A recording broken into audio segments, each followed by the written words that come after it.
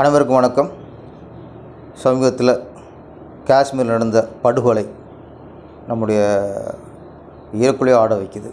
மிகவும் வேதனைக்குரிய விஷயம். முதல்ல அங்கே உயிரிழந்த அப்பாவி மக்களுக்கு நம்முடைய அஞ்சலி செலுத்துவோம்.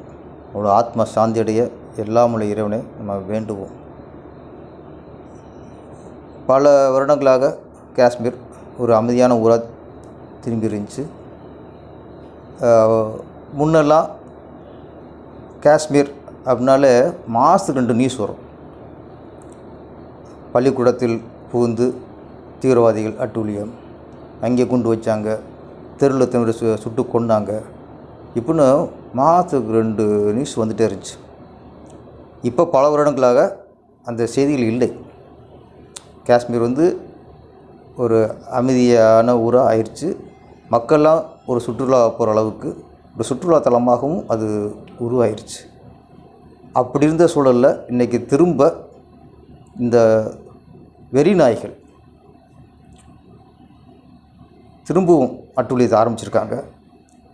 இதுதான் அவங்களுடைய கடைசியான செயலாக இருக்கணும். இதற்கு மத்திய அரசு ரொம்ப ஒரு இரும்பு கரம் கொண்டு அவங்கள இதோட ஒரு முடிவுக்கு கொண்டு வந்துடணும். ஏன்னா இன்னொன்று கேள்விப்பட்டோம், கொண்டவங்க பூரா இந்துக்களா என்று கேட்டு கொண்டாங்கன்ட்டு. அவங்க இந்துக்களா இல்லை பொதுவானவங்களா அதெல்லாம் இல்லை, அது எல்லாம் உயிர்கள்.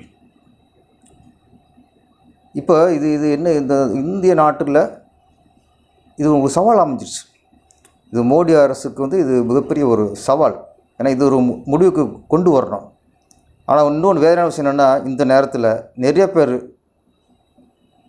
ஒரு அரசியல்வாதியைத்தான் இங்கே பேசுகிறாங்களே தவிர ஒரு இந்திய குடிமகனை யாரோட குரலும் வரலை. இந்த நேரத்தில் இந்திய மண்ணில் காஷ்மீரில் ஒரு அப்பாவி மக்களை கொண்டிருக்காங்க. அப்போ இந்த செய்தியை கேள்விப்படுற ஒவ்வொருத்தரும் இந்தியனாக தான் அவங்களுக்கு கோபம் வரணும்.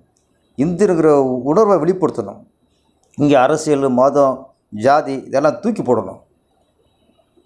அங்கே சுட்டு கொன்ன உடனே அமித்ஷா ராஜினாமா செய்யணும், மோடி அவர் ராஜினாமா செய்யணும். இதில் வர்ற வேகம், இதில் வர கோபம், சுட்டு கொண்டால தீவிரவாதிகள், பயங்கரவாதிகள், அந்த வாய்கள் இவங்களை யாரும் கண்டனம் அவ்வளோ கடுமையாக சொல்லியிருக்காங்களா? யாராவது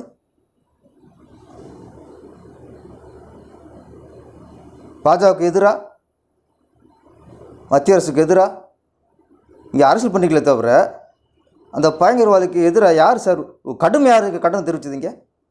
எங்கே அரசியல் பண்ணுறாங்க? எதில் அரசியல் பண்ணுறாங்க? இது இந்தியனா கோவம் வரலன்னா நீங்கள் எதுக்கு அரசியல் இருக்கீங்க? முதல்ல எதில் அரசியல் பண்ணுற விவசாயம் இல்லை. அப்போ உங்களுக்கு பாஜகவையும் இந்த மத்திய அரசையும் குறை சொல்கிறதுக்கு உங்களுக்கு ஒரு காரணம் வேணும். அந்த காரணம் தான் இன்றைக்கி காஷ்மீரில் அப்பாவி மக்களை சுட்டு கொண்டது. இது உங்களுக்கு ஒரு ரீசன். பிஜேபியில் குறை சொல்கிறதுக்கும் மோடி அரசை குறை சொல்கிறதுக்கும் உங்களுக்கு ஒரு காரணம் தேவைப்படுது தவிர ஒரு உண்மையான ஒரு வருத்தம் உங்கள்கிட்ட வெளிப்படுது. அவங்க அறிக்கையிலையும் உங்களுடைய பேட்டிகளிலும் இது உண்மையில் அதை விட வேதனையாக இருக்குது.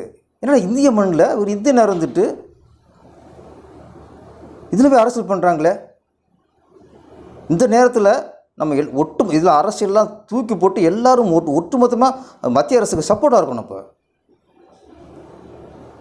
அதில் முதல்ல மனுஷனாக இருக்கணும் ஃபஸ்ட்டு, அதுக்கப்புறம் தான் அரசியல்வாதி. மத்திய அரசுடைய சட்ட திட்டங்கள், செயல்பாடுகள் இதில் நீங்கள் குறை சொல்லுங்கள், இதில் மேடை பேசுங்க, ஓகே. இது இந்தியாவுக்கே சவாலாக, இந்தியாவுக்கே ஒரு எதிராக ஒருத்தன் பண்ணியிருக்கானுங்க. இங்கே பிஜேபி எதிரியாக கட்டிக்கிறத தவிர இந்தியாவுக்கு எதிராக செயல்பட்டவன் மேலே எந்த கோபமே இல்லை.